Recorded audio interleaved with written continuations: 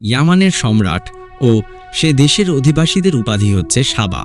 তাবাবেয়া সম্প্রদায়ও সাবা সম্প্রদায়ের অন্তর্ভুক্ত ছিল। তারা ছিল সে দেশের ধর্মীয় সম্প্রদায়। সূরা নামলে সুলাইমান আলাইহিসসালামের সাথে রানী বিলকিসের ঘটনা বর্ণিত হয়েছে। তিনিও এই সম্প্রদায়েরই একজন ছিলেন। আল্লাহ তাআলা তাদের সামনে জীবনোপকরণের দ্বার উন্মুক্ত করে দিয়েছিলেন এবং পয়গম্বরগণের মাধ্যমে এসব নিয়ামতের শুকরিয়া আদায় করার আদেশ দান করেছিলেন। দীর্ঘকাল পর্যন্ত তারা এই অবস্থার উপর কায়েম থাকে এবং সর্বপ্রকার সুখ ও শান্তি ভোগ করতে থাকে। অবশেষে ভোগ বিলাসে মত্ত হয়ে তারা আল্লাহ তাআলার প্রতি গাফেল হয়ে পড়ে, এমনকি তারা আল্লাহ তাআলাকে অস্বীকার করতে থাকে। তখন আল্লাহ তাআলা তাদেরকে হুঁশিয়ার করার জন্য 13 জন পয়গম্বর প্রেরণ করেন। তারা তাদেরকে সৎপথে আনার জন্য সর্বপ্রযত্নে চেষ্টা করেন, কিন্তু তাদের চৈতন্যোদয় হয়নি। অবশেষে আল্লাহ তাআলা তাদের উপর বন্যার আযাব প্রেরণ করেন, ফলে তাদের শহর ও বাগবাগিচা বিধ্বস্ত হয়ে যায়। ইবনে কাসিরের বর্ণনা অনুযায়ী সাবা সম্প্রদায়ের বাঁধের ইতিহাস এই ইয়ামনের রাজধানী সানা থেকে 3 মঞ্জিল দূরে মাআরেব নগরী অবস্থিত ছিল। এখানে ছিল সাবা সম্প্রদায়ের বসতি। 2 পাহাড়ের মধ্যবর্তী উপত্যকায় শহরটি অবস্থিত ছিল, বিধায় উভয় পাহাড়ের উপর থেকে বৃষ্টির পানি বন্যার আকারে নেমে আসত, ফলে শহরের জনজীবন বিপর্যস্ত হয়ে যেত। দেশের সম্রাটগণ উভয় পাহাড়ের মাঝখানে একটি শক্ত ও মজবুত বাঁধ নির্মাণ করলেন। এ বাঁধ পাহাড় থেকে আগত বন্যার পানি রোধ করে পানির একটি বিরাট ভাণ্ডার তৈরি করে দেয়।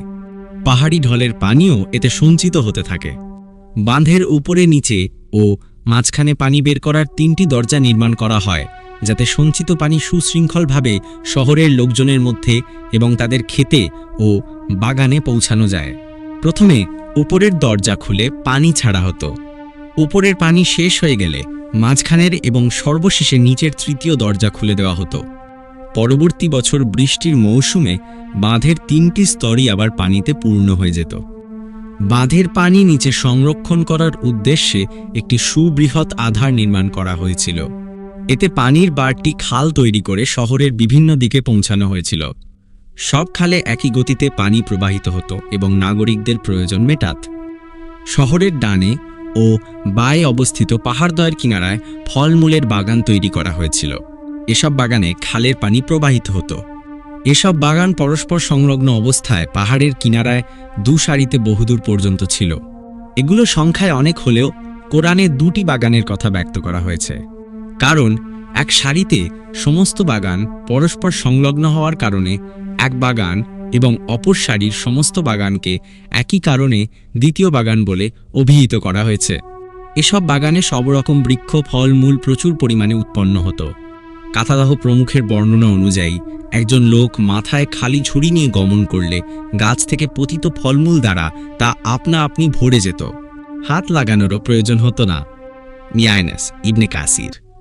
আল্লাহ তাআলা পয়গম্বরগণের মাধ্যমে তাদেরকে আদেশ দিয়েছিলেন, তোমরা আল্লাহ প্রদত্ত এই অফুরন্ত জীবনোপকরণ ব্যবহার কর এবং কৃতজ্ঞতা স্বরূপ সৎকর্ম ও আল্লাহরও আনুগত্য করতে থাক। আল্লাহ তাআলা তোমাদের এই শহরকে পরিচ্ছন্ন স্বাস্থ্যকর করেছেন।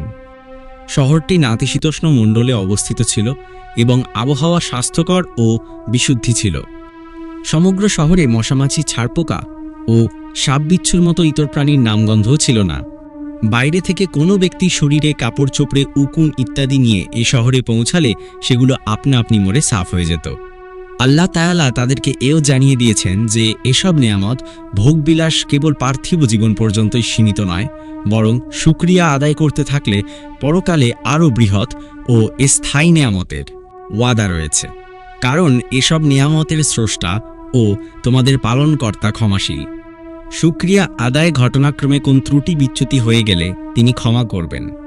আল্লাহ তাআলা সুবিস্তৃত নিয়ামত ও পয়গম্বরগণের হুঁশিয়ারি সত্ত্বেও যখন সাবা সম্প্রদায় আল্লাহর আদেশ পালনে বিমুখ হল, তখন আল্লাহ তাআলা তাদের উপর বাঁধ ভাঙা বন্যা ছেড়ে দিলেন।